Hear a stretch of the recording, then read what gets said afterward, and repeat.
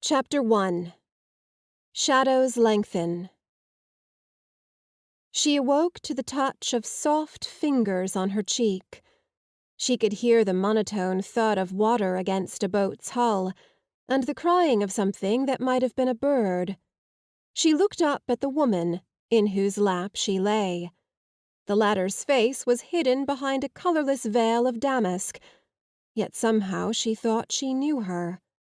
She racked her brain, trying to stir a name from the sludge of sleep. It came slowly, reluctantly. Casilda. Casilda, she began, but a gentle finger to her lips silenced her. Along the shore, the cloud waves break, Casilda murmured softly. the shadows lengthen, but Carcosa stands firm in the light of twin suns. Look, song of my soul, look. She looked. They were in a long, narrow boat the colour of the second sun.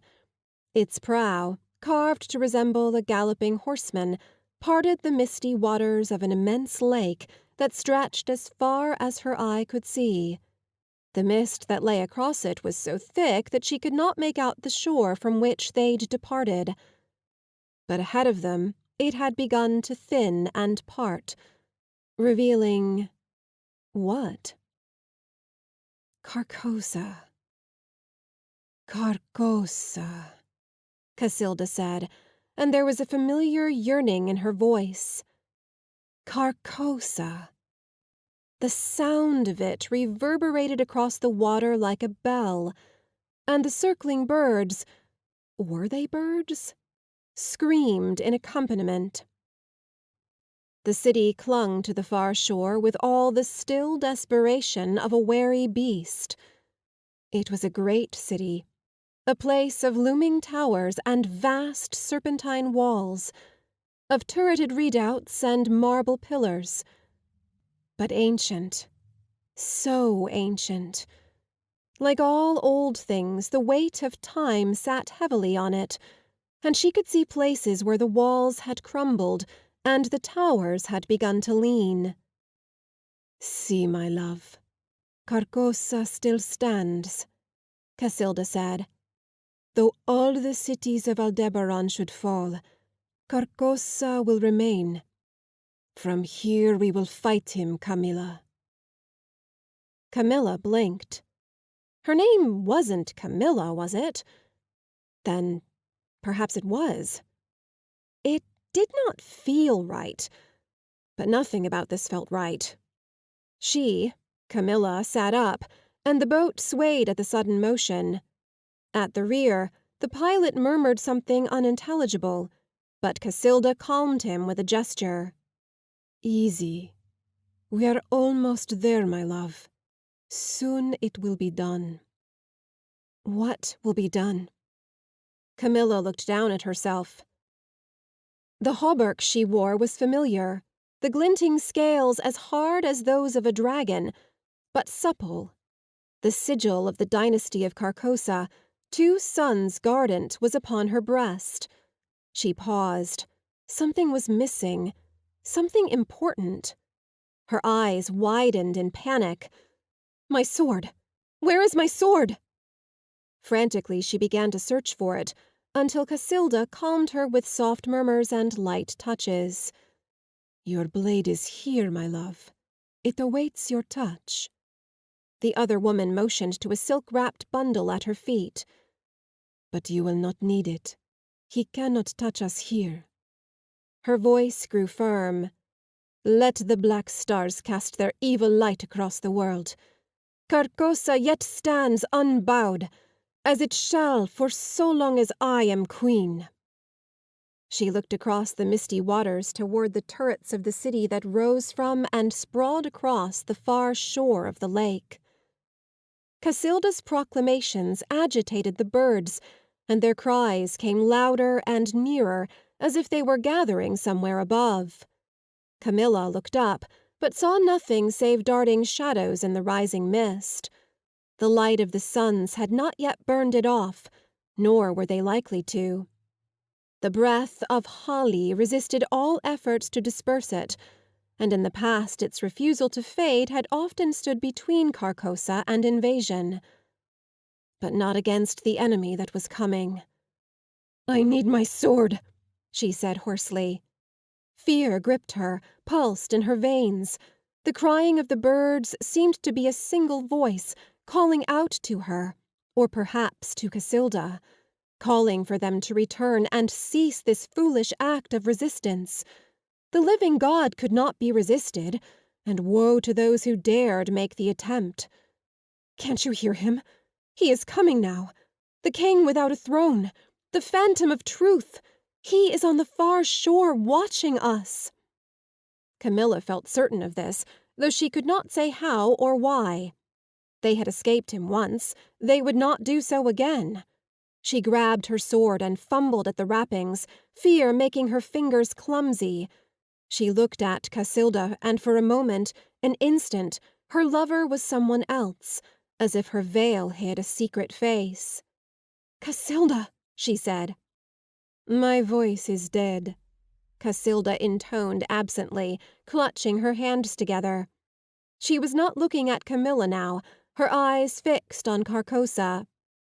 "Die thou unsung, as tears unshed shall dry and die." An old prayer of the imperial Hyadean families. "In Carcosa," the boatman said, in a voice like crushed glass. Camilla's gaze darted to him, and she saw that he was taller than she'd realized. He loomed over them, in robes that were not black as she'd first thought, but yellow. A yellow the color of plague, of sin and sickness. His hands, too thin those hands, horribly so, were swaddled in a leper's rags, and his face was concealed beneath a pallid, featureless mask. Her sword slid free of the rags, and she rose despite the bucking of the boat. "Unmask, sir!" she demanded, raising her weapon until the point touched his breastbone. The boatman let his pole sink into the water and tapped a finger against the blade. She felt the blow, light as it was, reverberate through the hilt and into the bones of her arms. "I wear no mask," he hissed. "But the same cannot be said of you." At these words she froze. The world itself seemed to halt and shiver, like a glass on the verge of shattering. She saw another place, another time, another world? She heard a woman's voice and a man's laughter. She squeezed her eyes shut as her world threatened to slip away. Behind her, Casilda was speaking, but Camilla couldn't make out the words. There was a roaring in her ears, and her limbs ached, as if weighed down by chains. Then, silence. Camilla opened her eyes. The boatman hadn't moved. He watched her as if he had all the time in the world. But it wasn't a man's eyes that were fixed on her. No. That dreadful yellow stare belonged to something else. The strength of it gnawed at her soul and made her weak. His hand fell to his waist, and he drew a rust-pitted knife from the frayed rope belt that held his robes shut. With his other hand, he pushed aside her sword and took her by the throat. She did not resist him. Could not. "Take off your mask," he croaked, as he lifted her with one hand and drove his blade into her stomach, again and again and again, and— Pepper Kelly sat up with a gulping scream, thankfully muffled by the blanket someone had placed over her. She was on a boat, not a gondola, but a steam ferry. Several other passengers, perched on their luggage or awkwardly crammed on damp benches, clustered near the prow. A few of them gave her hard, disapproving looks. She stuck her tongue out at them, and they hurriedly turned away. Behind her, The engine chuntered grumpily as the pilot aimed them toward their destination. Trembling, she looked out over a soft grey distance, where the towers of Venice rose, repeating themselves in the surface of the water. The city seemed to rise out of the deep sea, as Carcosa rose from Hali. And to her eyes was nothing more or less than a kingdom out of a fairy tale. "Gosh," she said softly. Then, recalling her dream, she immediately checked her midsection with trembling fingers. Finding no injury, she sighed audibly in relief. "Another nightmare?" Alessandra Zorzi asked in gentle tones, like Casilda, as she lit a cigarette. Pepper glanced at the other woman. Alessandra was neither tall nor short, and was dressed to the nines in a pair of wide-legged trousers the colour of mint, and a silk top that put Pepper in mind of a pirate. Like Pepper, she also wore a coat against the evening chill. "I'm fine," she said, the lie making her mouth feel funny. The dreams had been getting worse. Not a night went past now without one, and she was starting to feel as if she hadn't slept in weeks. Sometimes she couldn't tell the difference between dream and reality. From the way the other woman frowned, she knew Alessandra had seen right through her.